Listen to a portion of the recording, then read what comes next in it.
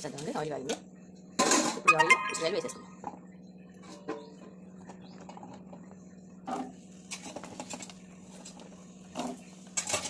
కొన్ని కాయలు వేయించుకుందామండి. సరిపోతాయి. వేగిన తర్వాత ఇంకా 2 ట్రిప్పులు వస్తాయి వేయించుకుందాం. ఇవ్వండి ఉసిరికాయలు మొత్తం ఇట్లా వేయించేసాను మొత్తం. ఇప్పుడు ఉసిరికాయ పచ్చడి కలుపుతో ప్రిపేర్ చేసుకుందాం. ఆవాలు ఉసిరికాయ చట్నీలోకి ఒక 100 గ్రాముల ఆవాలు తీసుకోండి. ఆవాలు మిక్సీ పట్టుకుందాం. ఈ కడిగి ఆరబోసిన ఆవాలండి. ఈ శుభ్రంగా మిక్సీ పట్టేసుకుందాం. ఇందాక ఆవాలు మిక్సీ పట్టేసానండి. ఇట్లా మెత్తగా పౌడర్ అయ్యేదాకా మిక్సీ పట్టేసి గిన్నెలో తీసుకోండి. కొంచెం ఒక 50 గ్రాములకి మెంతులు కూడా వేయించేసి కూడా తీసుకోండి. ఇది ఉసిరికాయ పచ్చడిలోకి చింతపండు పులుసు అండి. ఒక 150 గ్రాముల చింతపండు పులుసు ఇట్లా గ్రేవీ లాగా చేసి తీసేసుకొని దీన్ని ఇప్పుడు ఇందాక కాగిన ఆయిల్లో మళ్ళీ ఒకసారి మొత్తం అంతా వేసి ఆయిల్ చింతపండు రసంలో పచ్చి కానీ నీళ్ళు లాంటివి కానీ లేకుండా మొత్తం అంతా ఆయిల్లో వేయించుకోవాలండి. ఇందులో వేసేసి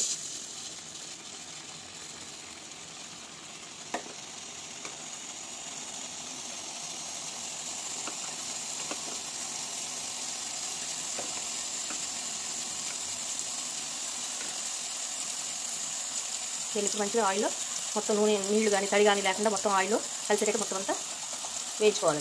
ఈ 3 వెల్లుల్లిపాయలు కలిపి మిక్సీలో కచ్చాపిచ్చా పెట్టుకుందామండి. ఇప్పుడు ఇవ్వండి కొంచెం వెల్తికి సాల్ట్ పోసేసుకోండి. మొత్తం ఒకసారి కలిపేయండి. ఇందాక వేయించిన చింతపండు కూడా ఇందులో వేసేసుకోండి. తీసుకొని పచ్చడి అంతా ఇట్లా కలిపేసాను. దీన్ని ఇప్పుడు తాలింపు పెట్టుకుందాం. తాలింపు పెట్టి కొంచెం ఆయిల్ తీసేసారండి. అది కాగిన తర్వాత వేరే గిన్నెలో పోసాను. చల్లారని చట్నీలు కలపచ్చు. కొంచెం ఆయిల్లో తాలింపు పెడుతున్నాం. ఎండుమిర్చి చేశాను. తాలింపు గింజలు మినపప్పు, పచ్చెనపప్పు, జీలకర్ర, ఆవాలు, కరివేపాకు వేసేసేయండి. కొంచెం ఇంకో కూడా వేసుకోండి.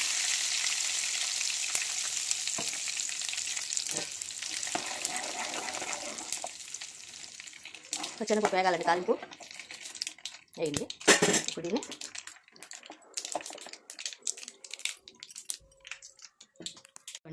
ఉసిరికాయ చట్నీ అన్ని కొలతలతో మళ్ళీ చెప్తుందండి. కొలతలు ఏ గ్లాసులో అయితే మీరు కొలుస్తారో 4 గ్లాసులకి 1 గ్లాస్ కారం, అందులో తలకొట్టు కూడా కాదు ఇంకా కొంచెం లోపలికి 30 వంతు సాల్ట్ వేసుకొని కలపండి. 150 గ్రాములు ఆవాలు, ఒక 50 గ్రాములు మెంతులు వేసేసి మొత్తం మిక్సీ పట్టేసేసి కలిపేసేసి చింతపండుకి అయితే వేడివేడి నూనె పోయొచ్చు కానీ నిమ్మకాయ మాత్రం పోయకండి, చేదొచ్చేస్తుంది. కొలతలతో ఇట్లా ఉసిరికాయ చట్నీ పట్టుకోండి. అందరిళ్ళల్లో టేస్ట్ చేయండి. ఇది ఇప్పుడు 3వ రోజు వరకు ఇట్లా ఉంచండి. నూనె పైకి తేలుతుంది, సరిపోతుంది. 3వ రోజు మీకు ఏమైనా ఉప్పులు కారాలు కొంచెం తక్కువైతే కొంచెం వేసి కలుపుకోండి. మ్యాక్సిమం సరిపోతుంది. చాలకపోతే కొంచెం సాల్ట్ కానీ కారం కానీ కలుపుకోండి. అందరికీ బాయ్ అండి.